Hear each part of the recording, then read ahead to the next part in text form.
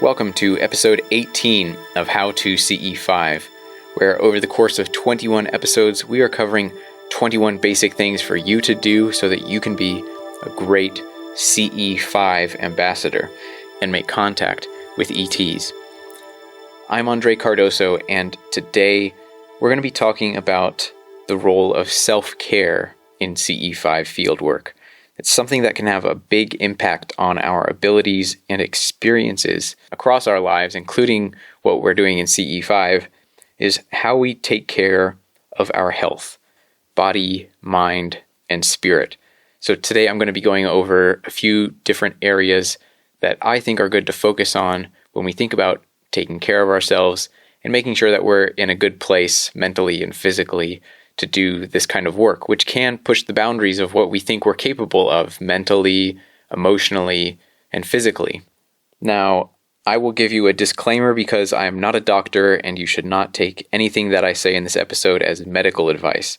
But there are some common sense general health advice and approaches that you've heard before that I think are apt to repeat, especially when we think about the effect that our overall health has on our activity as ambassadors and activists in this initiative. So, number 1, sleep well. This may seem like a silly thing to add in here on this list, coming from someone who is suggesting that you stay up for hours during the night to go outside and make contact with ETs, but it is fundamental that you get good rest. If you are already a night owl, then doing evening field work shouldn't be that much of an interruption to your usual routine if you already get enough sleep as it is. For those with poor sleep patterns, or for those who plan to do CE5 outside of your regular night sleeping schedule, then you need to factor in a few things. If you are staying out until 1 or 2 a.m. and going to bed between 2 to 3 a.m., then you need to make sure you get your 7 to 9 hours of sleep after that. Sleeping until 10 a.m. to 12 noon, and sleep into the morning light if you need to. For this, it really helps to have blackout curtains or a sleeping mask. And I know I've found white noise in the background to be really helpful too. For white noise, there are white noise generators, white noise machines that you can get online. And there are also smartphone apps that generate white noise. I have one that I really like that I'll leave as a link in the description for this episode. Leading up to your CE5 event, it can be really helpful to get in sync with the later sleep schedule so that you're not impacted by drowsiness during the field work. One of the benefits of doing CE5 work over several evenings is that it gets you and the rest of the group in a steady circadian rhythm. So by the third or fourth night, you are really tuned in to being active and alert during the part of the night that you need to be. If you do fall asleep during field work, it's just a sign that you need to rest, that you need the sleep, so don't beat yourself up over it. Just try your best to get into a rhythm that leaves you ready and wide awake for whatever fieldwork time works best for you. And if fieldwork earlier in the evening works better for you, or even doing fieldwork during the day or any other time, it's fine to do what works for you. So you don't have to go out at night to do CE5 fieldwork, but if you do, make sure that you get enough sleep. The second point that I want to make is to be mindful of how you're eating and what you're eating. There are a lot of recommendations out there on what are the best foods to eat, and I'm not a nutritionist, and I'm not going to pretend like I know exactly what every person needs to eat. But one thing that I think everybody can agree on is that it's really healthy and helpful to eat whole foods that come from good sources. Studies are pretty solid on how fruits and vegetables are good for you, and the ancient medical science of India, Ayurveda, has some great insights on how different foods affect us and how the growing and the preparation of food can actually have an effect on our consciousness. This is something that was thought a lot about by Rudolf Steiner, who founded the biodynamic movement. And I think it can be really useful to have that mindfulness about how our food is being grown, how it's getting to our table, and how we eat it, and what effect it has on us. So being mindful of where your food comes from, how the growing and distribution of the food affects other beings on the planet, all go into how it nourishes us on a physical level and also on a mental level. Building a relationship around healthy food and community life is a great, worthwhile activity and can contribute to your overall health and well-being, and laying a great foundation for life pursuits like making contact with ETs through this initiative for Close Encounters of the Fifth Kind. The third point that I want to cover about health and what we can do to be healthy is how it's great to have an exercise practice that works for you.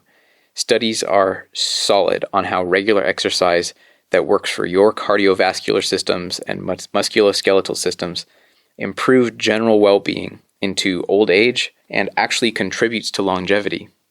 Rather than letting our bodies degrade over time, we have the choice to stress our bodies in a healthy way so that we can stay strong and flexible until we are ready to move on into the worlds beyond. It's common that many athletes use things like meditation to improve their game, but the reverse works too. From my experience and the experience of others that I know, athleticism can actually improve your abilities to access and utilize higher states of consciousness. I heard that the great teacher of meditation who brought the tradition of meditation to many millions of people, Maharishi Mahesh Yogi, actually said that he found that athletes ended up becoming some of the most skilled meditators. I found that when I am more consistently exercising, I often find it easier to settle into quiet mind. Both exercise and meditation can have an uplifting effect on your mood and thoughts and sense of capacity. Exercise has a huge effect on the brain and its health. Now, I'm a big proponent of prayer and meditation and the effect that our state of mind can have on the physical universe, but it can sometimes be a misnomer when we constantly refer to the phrase mind over matter. Because for most people, while meditation is great and really helpful, it will not make you invincible to every health issue, and we should always be doing other things like eating well and exercising and sleeping well. Another thing about exercise, and specifically with the kinds of stretches done in yoga, is that it helps prepare the body for sitting in meditation more comfortably and with less pain. And that leads me to point number 4, which you probably figured we'd cover since we already had a couple of episodes where we talk a lot about meditation. So I want to go into how powerful meditation is as an effect on our health and well-being. Meditation, intention, and the experience of transcending has deep effects on our well-being and that of others around us. Regular meditation is a fantastic thing for you in all aspects of life, and the studies on this are also rock solid. It has an amazing effect on the body and brain on just a physiological level. But the fact that now we are becoming better acquainted with the non-local effects of meditation and entering states of deep mind with the intention for healing or universal peace just makes all of this even more important of an element to include in your regular habits for well-being. Meditation and mindfulness is also a great thing to have alongside and bring into your other aspects of life. Mindful eating, mindful movement, mindful relationships with other people.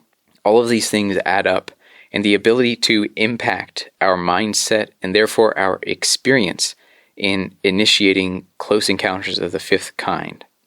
I really encourage you to learn what type of meditation works for you.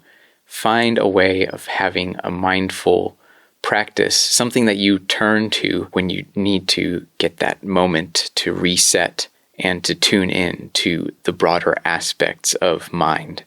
I also recommend considering the power of prayer and affirmation. Dr. Larry Dossey has some fantastic books on the subject of the power of prayer in looking at the medical and scientific studies on prayer. The names of his books are Healing Words, Recovering the Soul, Reinventing Medicine, and the aptly titled Prayer is Good Medicine. A lot of great evidence for non-local aspects of consciousness can also be found in the new film Close Encounters of the Fifth Kind.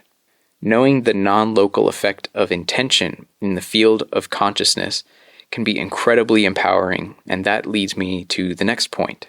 Know your purpose and what effect you can have. Having purpose in life is important, and CE5 can help in creating a sense for the power that lies within you. In connecting with your purpose in CE5, remember that this kind of group work is actually a balance of paradoxes. There's kind of a few different paradoxes at play in doing CE5. One of them is the balance of reverence and irreverence. In some aspects of doing CE5, there's this great feeling of reverence, of honor, that it's really a privilege to be involved in this work, and it's really deep and meaningful on this really beautiful level. And then there's also irreverent aspects of it. It's really helpful to be lighthearted about it and to keep a sense of humor about yourself and to not take it too seriously, even though it's also really serious. Embrace the paradox of all of that. CE5 is a revolutionary act, and yet it's also totally ordinary and available to anybody.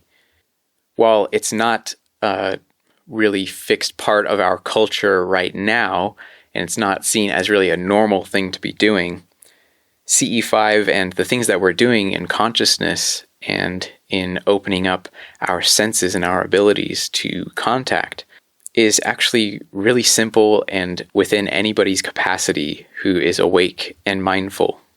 So the more you do it, actually, the more it will seem like second nature and that it's just something that is available to everybody. Another paradoxical aspect of CE5 is that we're connecting things on this huge, broad scale far into the future and also far into the past. CE5 and this process of expanding our awareness to include the awareness of other beings is something that has been with us from time immemorial and will be with humanity infinitely into the future as well. For me, I have found there to be a power in paradox, and so juggling all of these ideas actually helps to center us in a very natural and healthy place for us as humans, free from the trappings of fundamentalist or hardline tendencies in our thoughts or actions. So while we are clear in our purpose for peaceful contact, and we can anticipate certain things and even do so precognitively, the deep learnings that come in the process of doing this group work and in continuing it over weeks, months, and years often cannot be known until they arrive. There is a gift in the mystery and in the unexpected, so embrace that. So those are my tips for things to consider when you're thinking about self-care and looking after your health as an aspect of initiating close encounters of the fifth kind.